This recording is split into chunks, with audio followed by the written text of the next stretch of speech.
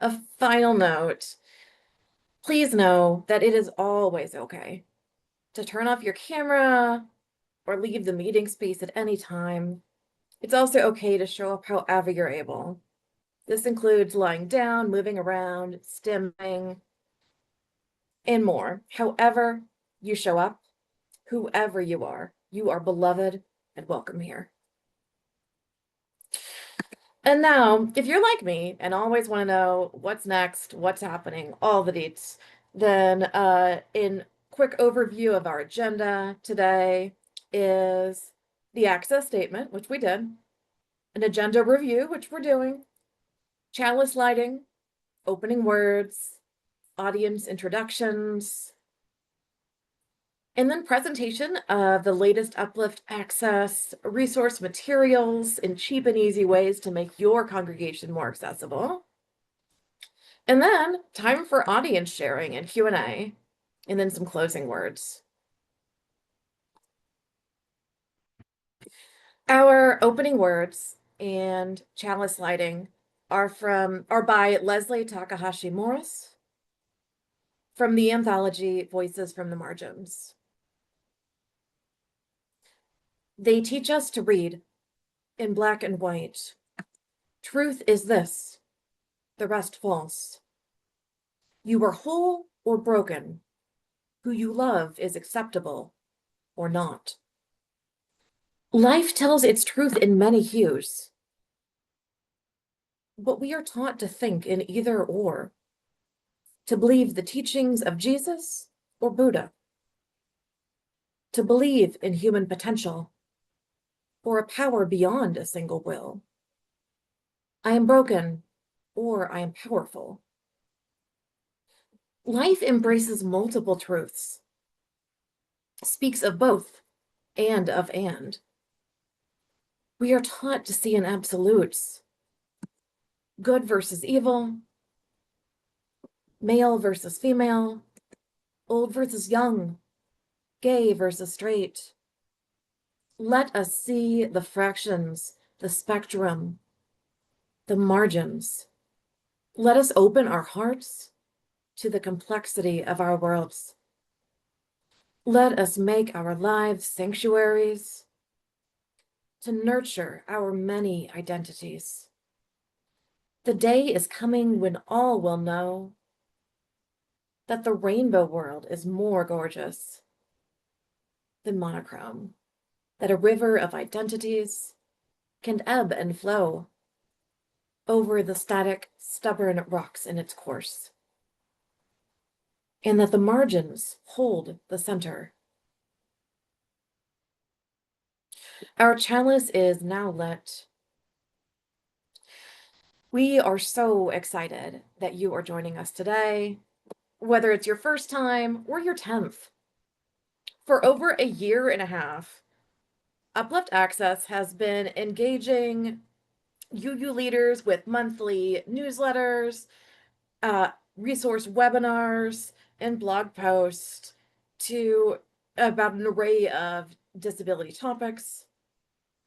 And these resources provide lay leaders and religious professionals an opportunity to learn about an array of topics regarding accessibility, inclusion, and disability justice, and how to apply that information to their work within Unitarian Universalism. Because as Unitarian Universalists, we affirm the inherent worth and dignity of all people, but we don't always know what that looks like in action. We are called to dismantle forms of oppression in ourselves and in our institutions, but we don't always know how. Through presentations on accessible practices, just by dismantling systemic ableism, and by highlighting the disabled UU experience, we aspire to equip you with the knowledge and tools to live these values out loud when it comes to our disabled siblings. Now, I'd really like to know more about you. So I would love for y'all to one at a time introduce yourself with your name, what congregation you're from or with. If you're comfortable, give us your pronouns and a brief visual description. And then, if you could share on a scale of 1 to 10, with 10 being incredibly accessible and 1 being not very accessible at all, tell us how accessible you would say your congregation is. And I'd love for folks, we'll go around, and if you're in the room, I'll have Michael go around the room. If you're on Zoom, you can either raise your hand or unmute yourself and let us know. Or if you're more comfortable, put it in the chat and Wendy can read it out loud.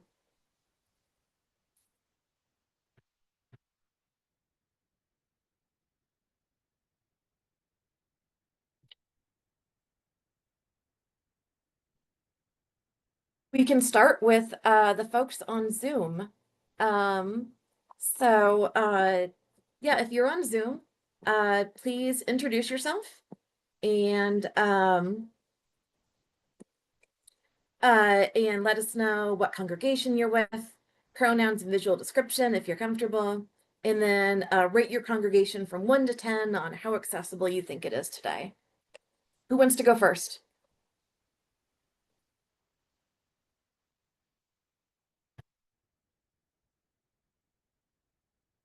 Someone raised their hand. Yes. Hi. I'm trying to figure out how to answer the second part, the congregation, but I am in a Yeah. Discord, so I guess I would identify with that group right now for like organizing and just like community. Yeah. Right now, I would say our accessibility is at like a 7 and progress to an 8. And right now I'm finding this call to be highly accessible. I would say like a 9. Awesome. Thanks so much. Thanks for joining us. Yes, thank you. And BJ's here. Awesome. Yeah. Hey, BJ. Oh, okay, sorry. The text come across as D as in David J, and I wasn't sure. So Oh. my name is B as in Baker, J Ermance. I am in Milwaukee, Wisconsin, and I belong to the First Unitarian Society of Milwaukee. And let's see, pronouns are she, her.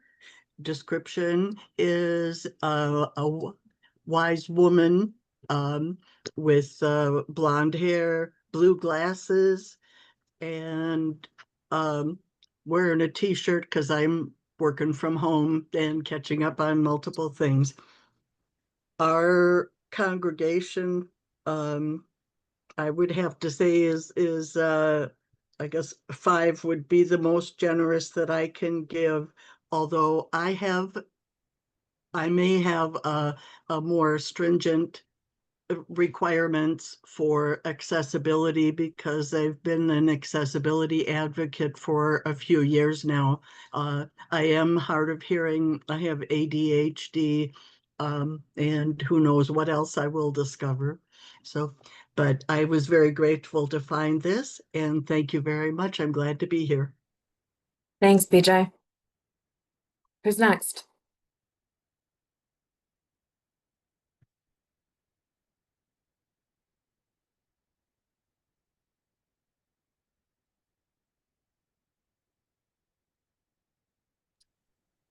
If no one else online wants to go, Hold on. Hold We're, on. we have room people coming forward. They have to wonderful. sit in a chair so that they can Oh, hear well. But they're Gretchen, so you know they are spotlighted. So oh, you're thank you. speaking with them. All right. So my name is Erin Powers, pronouns they, them. I am with the UU Church of St. Pete in St. Pete, Florida. And I'd say we are probably about an 8-ish, working towards higher numbers, but it costs money. But we do everything we can with what we get. So Yes. Awesome. Thanks. And I wasn't thinking about the difficulty of doing this in the room. So not everyone feel the need that if you want to come forward in the room and introduce yourself, that would be amazing. But if you'd like to chill back in your chair, that's fine too. Bubba, and my congregation is in Washington State. And we are about 120 folks, 130 folks.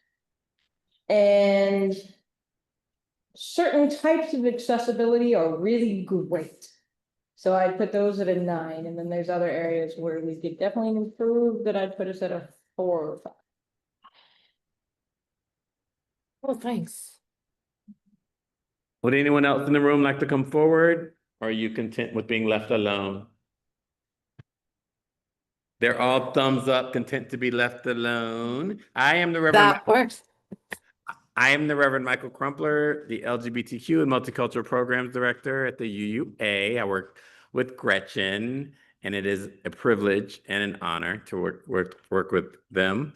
I am here in Baltimore at GA. I am black, bald, with thick rimmed glasses, a collared gray shirt, and what else? Oh, yeah, that's it. Bald. My pronouns are he and him, and I live in Brooklyn. And I rate the accessibility a 10. You know, just to curb myself. But my church is I would probably say 5, but again, it's a backward curve because I know that they need to raise money for a lift, and they're having a problem with that capital campaign, and we've been trying to do it for years and years and years. But there is a current lift, but it needs to be better because sometimes it goes out. So we we need to get on that and get more serious about it. And that is it for the room. Well, thanks, Michael. All right, And, and we have one in the chat. Oh, yeah. Saya, I'm hoping I'm pronouncing that correctly, says, sorry, I forgot to introduce myself. My name is Saya.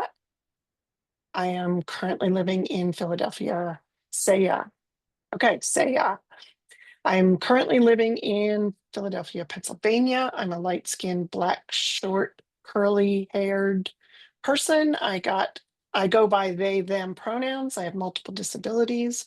I found UUA through a survey I did. And ever since then, I have been following the newsletter. So I thought I would join on this beautiful day. Thanks, Saya. Wow. So glad to have you, Sam.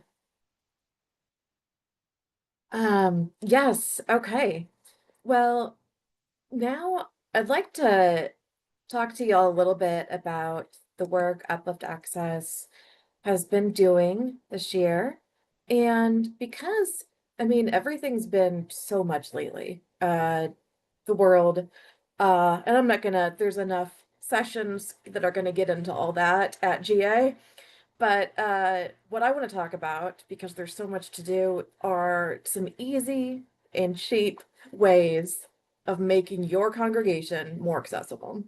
So if you are a minister, you know, you've got some more power there to do that. If I actually go to my own church here in Columbia, Missouri, so I'm a lay leader, a lay person.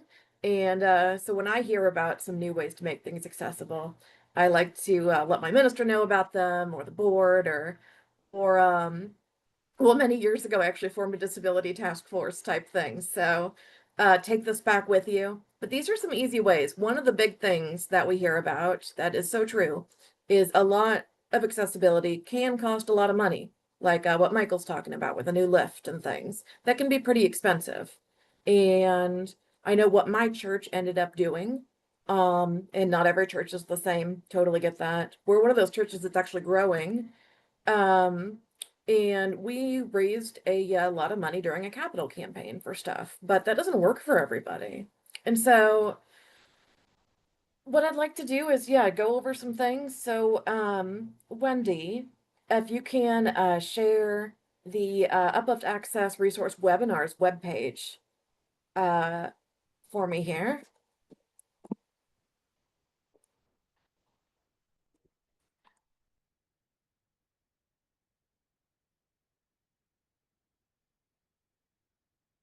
Just let me know when you got it up. I'm talking to myself. I was muted. Okay, we're up. That is our reality these days, isn't it? Zoom and Zoom. Okay. So yeah.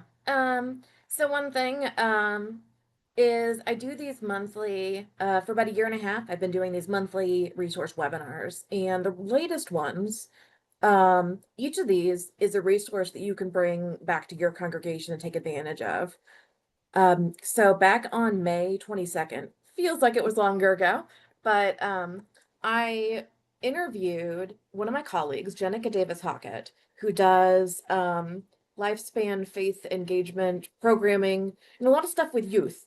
And she is basically the architect. There's other people that work with her on it, but of this thing called Deeper Joy.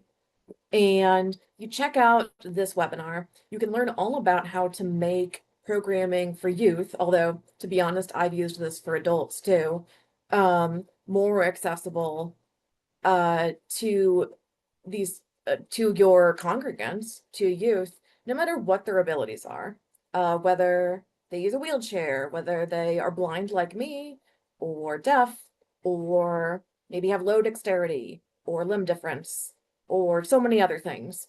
Jenica is passionate about accessibility and just explains really well in this webinar how to make Deeper Joy and the Deeper Joy map, which is available at the UUA bookstore, how to make those activities all more accessible, which is really exciting. And I highly recommend it. And so, and then before that, in less upbeat, but still very informative, the webinar that came out that you can watch from April is all about the, it'll be a little dated now because things keep happening, but some of it is still um, current. Me and Reverend Amanda Schuber discussed current issues, political issues, and policy issues affecting disabled folks like me and probably a number of you. So from things like Section 504 issues, lawsuits, Medicaid threats, um, uh, some of the things that what's his face has said about autistic people. Not going to get into all that during this session, but you can listen to that and just get an update on what's been happening. And we also list some ways to take action. In the webinar that was back in March, it's a really cool one. And again, I also recommend this. And these are all ways that if you engage your congregation on these things, you're going to make it more accessible because people are going to understand more about different access needs and how to be a place that's just more universally inclusive. So the one in March, my special guest was the Reverend Julian Jamaica Soto. And because we were doing the webinar right next to a trans day of remembrance, we discussed or TODV, sorry.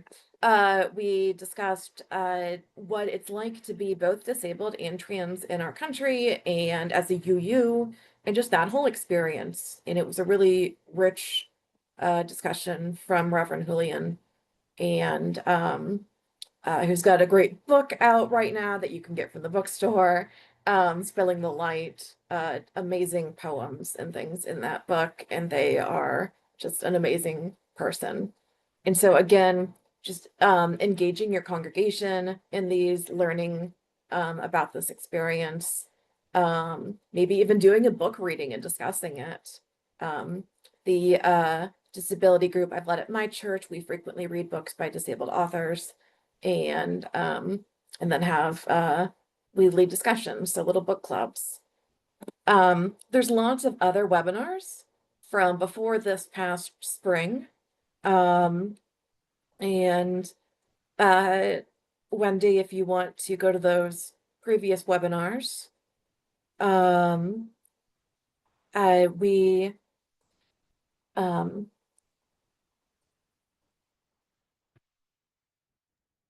which page are we on, Wendy?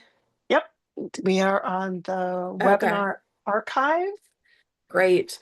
So, yeah, other ways, I'll just talk about these more briefly, but back in November, I was inspired by everything happening to do a special webinar on supporting UUs in your congregation with mental health concerns, or mental health disabilities. I am one of those myself. And so it's both people talking from personal lived experience and how to really just embrace folks who do have mental health disabilities at your congregation, how to be supportive. And Reverend Barbara Myers, who the president and founder, I think both, of the UU Mental Health Network, and just all of their different resources for UUs, both how to support UUs with mental health disabilities, or if you are a UU with mental health disabilities like me, there's all kinds of resources.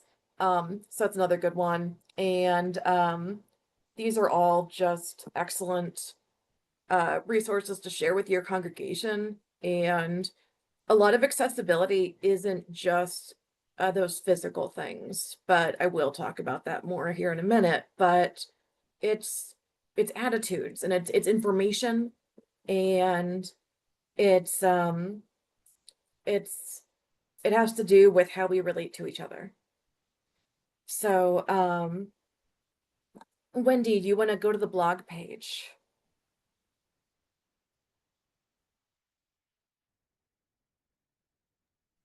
Yes, let me.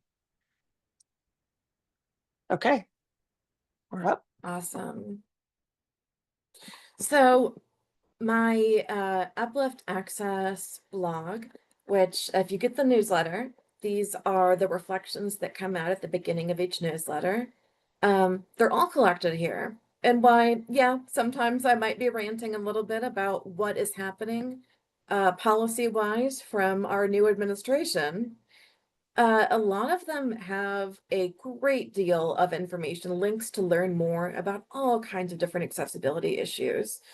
One time that back, if you look at the, I believe it was the January blog entry, I talk about Braille signage, and I have to admit I'm a little partial to Braille signage, being blind, but that's when we get to the physical accessibility of things. And while new lifts and ramps can cost a lot, Braille signage, it's not free, but it doesn't cost nearly as much. And you can get signs made for every room of your church.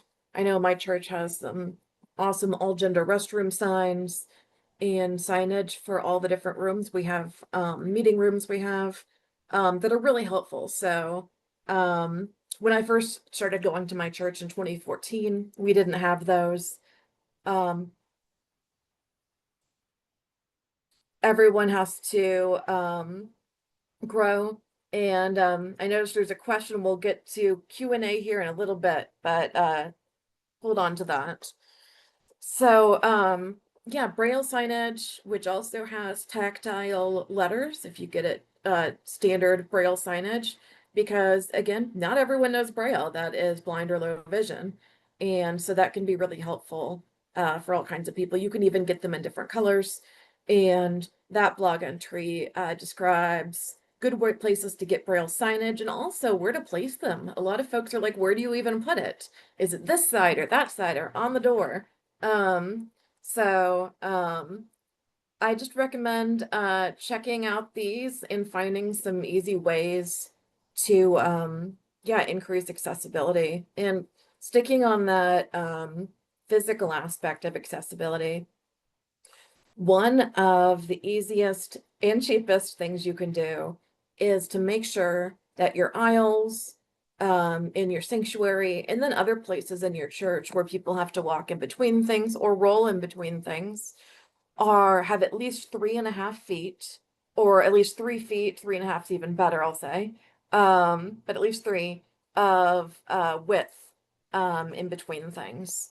It can be hard. I know at my church, one thing that's wonderful is in our sanctuary, our chairs are all movable. It's not static pews. But the downside to that is that sometimes the chairs seem to creep closer together.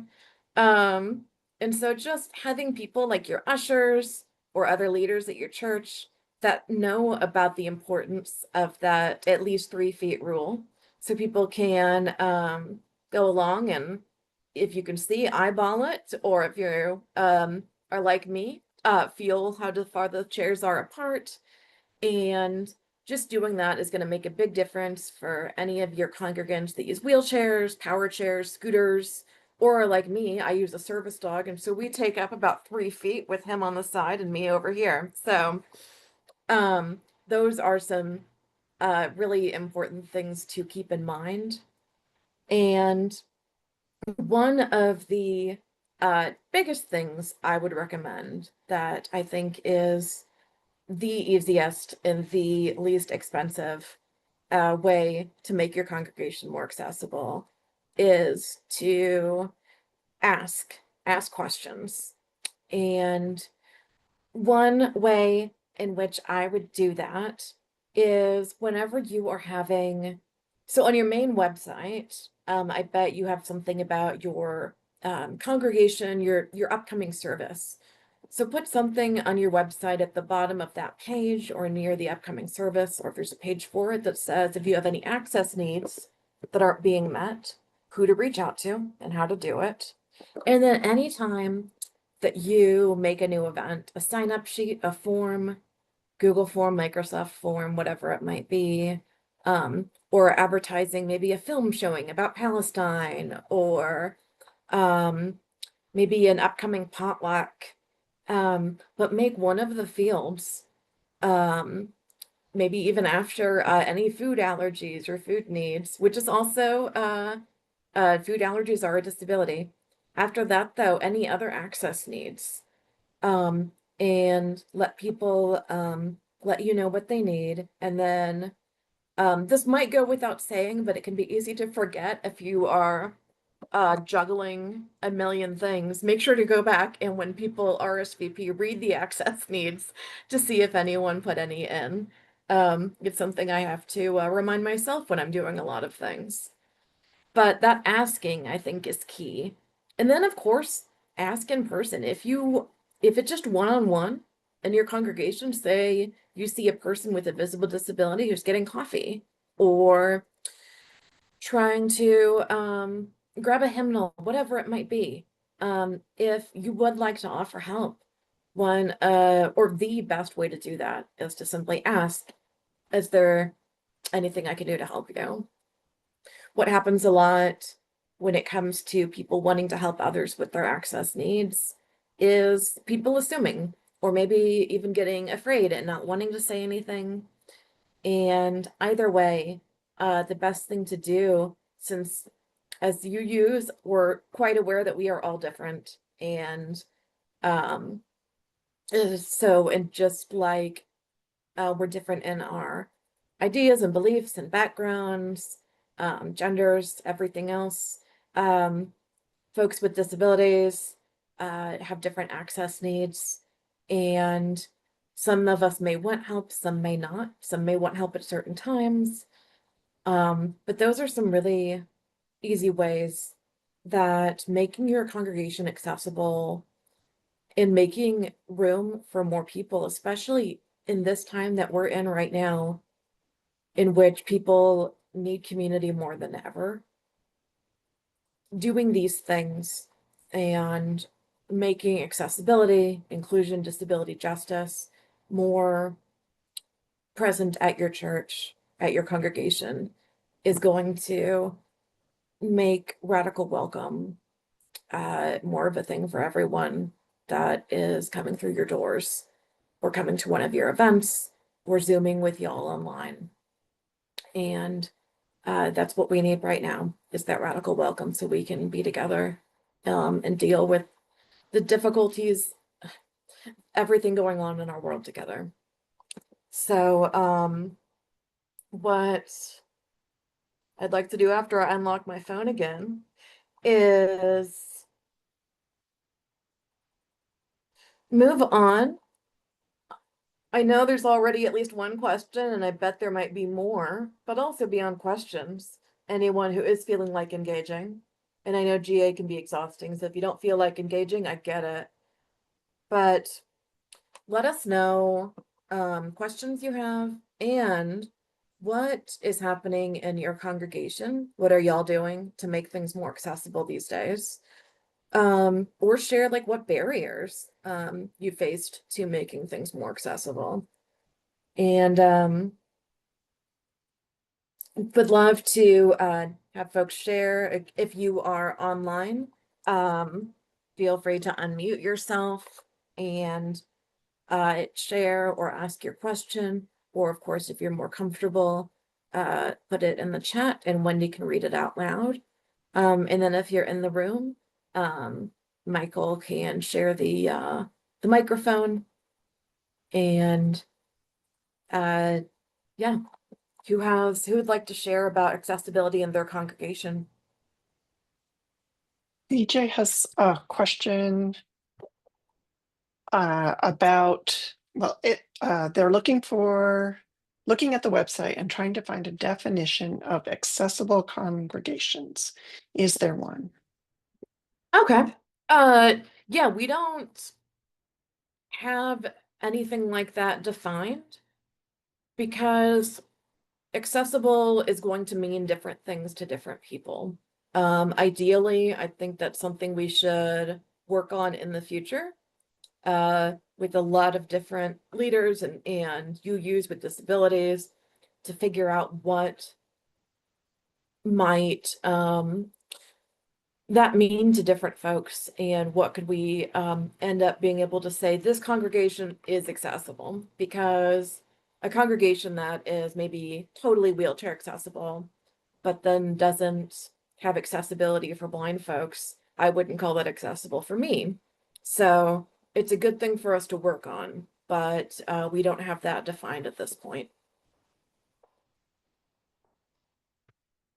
May I do a follow-up question with that, please?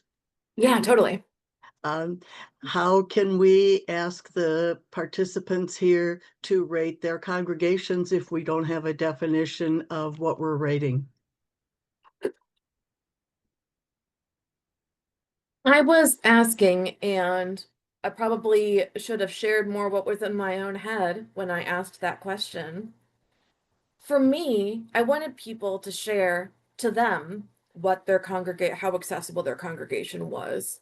As folks with disabilities, or as folks who are aware of access needs and people with disabilities, everyone's got their own definition and an idea. And so I can tell you that based on my years of being an advocate and being disabled, that I would give my congregation maybe an 8. And I expected people to describe it based on their own lived experience and knowledge. I hope that helps. It helps, but I recognize the challenges of trying to define this, but I think it is even more challenging for people who are trying to advocate for it in our congregations to teach the people in our congregations if we don't have a common definition that does not have to be extremely specific. There's when I think of, for example, the welcoming congregation, all the different programs we have, there's criteria for those. And I would ask that identifying at a high level definition of accessible congregation be a high priority for this project. In the various areas I've been working with, it has been pretty much necessary for us in terms of getting our points across to educate people that we had some standard things that they could relate to. So it's a suggestion if that is possible. Thank you. Thank you so much for sharing that. We have discussed coming up with a really cool program like the Welcoming Congregations program for this, its capacity. Our accessibility team at the UUA is pretty much me, and I'm part-time. So we would love to do that in the future. And I encourage you to keep sharing what you think needs to happen with people, because I would love to do that. Although it would still be really hard to define because it's frequently, as someone who likes disability theory and education and all that kind of stuff, it is could argue for hours about what defines accessibility, but I still know what you mean.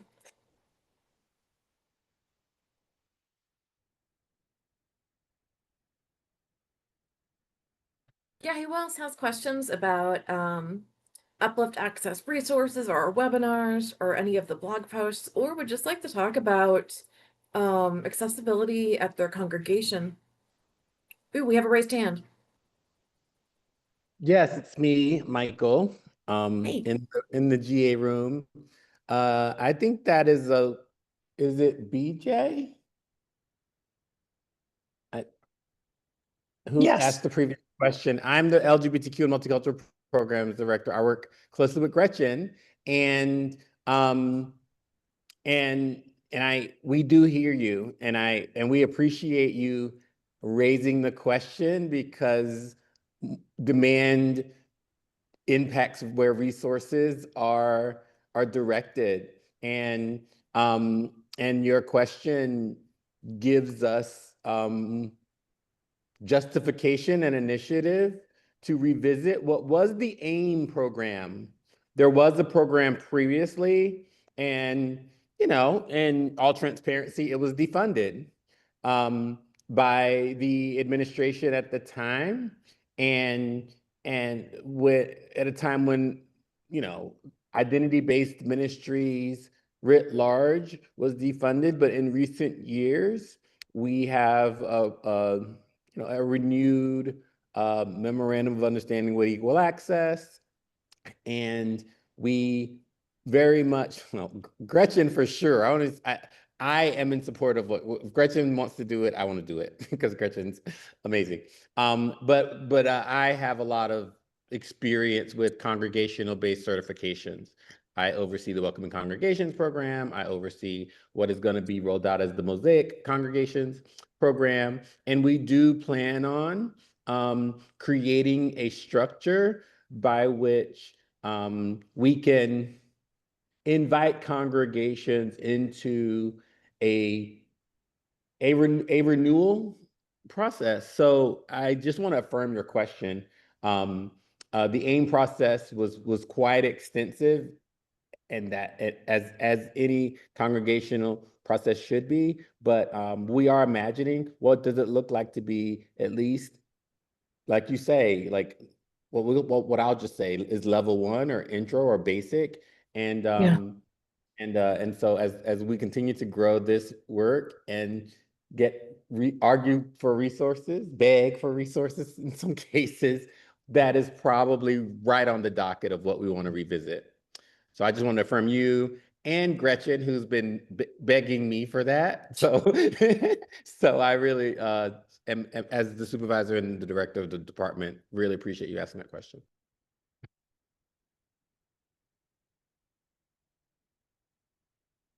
Who's next? BJ gave the thank you universal sign. Oh, awesome. Thanks. I think folks are tired. I think I'd be tired if I was in Baltimore. They ain't got no right to be tired just yet. We just got here. I will say that there is a lot moving here in Baltimore. So there aren't a lot of people here in the room, Gretchen, and so I don't, wherever you are in your agenda, I don't see it. Okay. Probably sent it to me. Feel free to move forward. There's a Cool. lot moving here with the Scrimeti decision and service of the living tradition this evening. So I just wanted to name that because I know that you can't tell what's happening here in the room. No, thanks for naming that. What did I just hear in the chat? I dropped the agenda Oh, great, thank in you. again. Yep. Yeah. Um, no, there's just so much happening, and I know it's always so hard to pick what to go to because you frequently want to have more of yourself to be able to attend same things at the same times. So we are gonna move on a little bit as I work with my second screen reader off on the side here.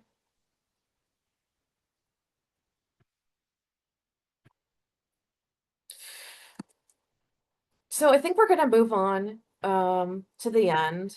And I do want to say one more thing, and it's not precisely related to accessibility at your congregation or in your Discord or however else you engage in your life, but it is related to disability justice.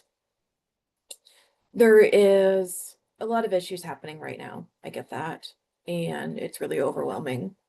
But one thing that's got me really scared, and a lot of my friends and disabled siblings out there around the world, or in our country, I should say, is the threats to Medicaid.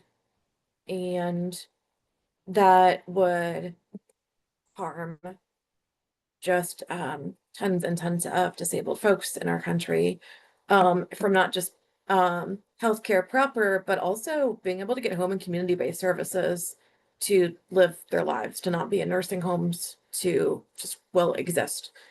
And so I just want to real quick here ask y'all, if you've got the spoons, the bandwidth, the capacity, when you get a chance to call your senator, or senators, I guess we each have two, and or do the one that you think will maybe make more of an impact. I think Wendy can put the number in the chat. I think I still have that. And that number is just to the main switchboard. So you can use that and ask them just to save some lives by not doing that. And I know there's a lot of issues. That's just the one I want to lift up right now. Medicaid made a huge difference to me when I went blind in 2006. So I'm going to pause you for a second. yeah. BJ dropped in the chat. There is a PBS documentary everyone should see. It's new and only 1 hour. Change, Not Charity. American Experience, what it took to get the ADA signed. And then there's a Cool. hot link. Awesome. Thank you for sharing that. There are so many resources all the time to share. So I encourage you to go back and look at the various resources from the past year and a half from Uplift Access, where we share all kinds of links to all kinds of ways to learn more about the ADA, Section 508, just so many different things. And also, as I invite folks in my newsletters, reach out to me. Tell me what you want to hear us talk about. tell me what's important to you, to your congregation. And I love having Zoom coffee with folks as well and learning about what matters. So got off my script there for a second. Thank you I just want to say thank you to everyone in Baltimore and everyone on Zoom for engaging in this work of love and radical welcome with me today and in days to come. I want to thank the Reverend Michael Crumpler, the UUA's LGBTQ and Multicultural Programs Director, and my awesome boss. I want for facilitating in person in Baltimore. Want to thank my tech supporter Wendy Warwick. Want to thank the accessibility providers. They're doing ASL and CART. And I would like to, as I mentioned my newsletter a lot already, I just want to invite you to subscribe to it if you don't already. There's regularly lots of resources. There's also updates on just what's going on relating to accessibility and Unitarian Universalism, like new books that are out and accessible, or what's going on with equal access. And so we'll keep sharing that, and I mean it when I say reach out to me. I'm around all year doing this job, and I want to hear from you and know what's important to you and what you would like to see us do, or just talk to me about what's going on in your congregation and what matters. So there's going to be a link in the chat you can use to subscribe. You can also reach me, which Wendy's going to post a final slide here in a minute, which will have some information. But the easiest way to reach me, if you can't remember how to spell my name, is accessibility@uua.org. And we are going to close us out with a great song by an awesome man who is disabled, Stevie Wonder. Wendy, just play that whenever you're ready. And thanks, everybody.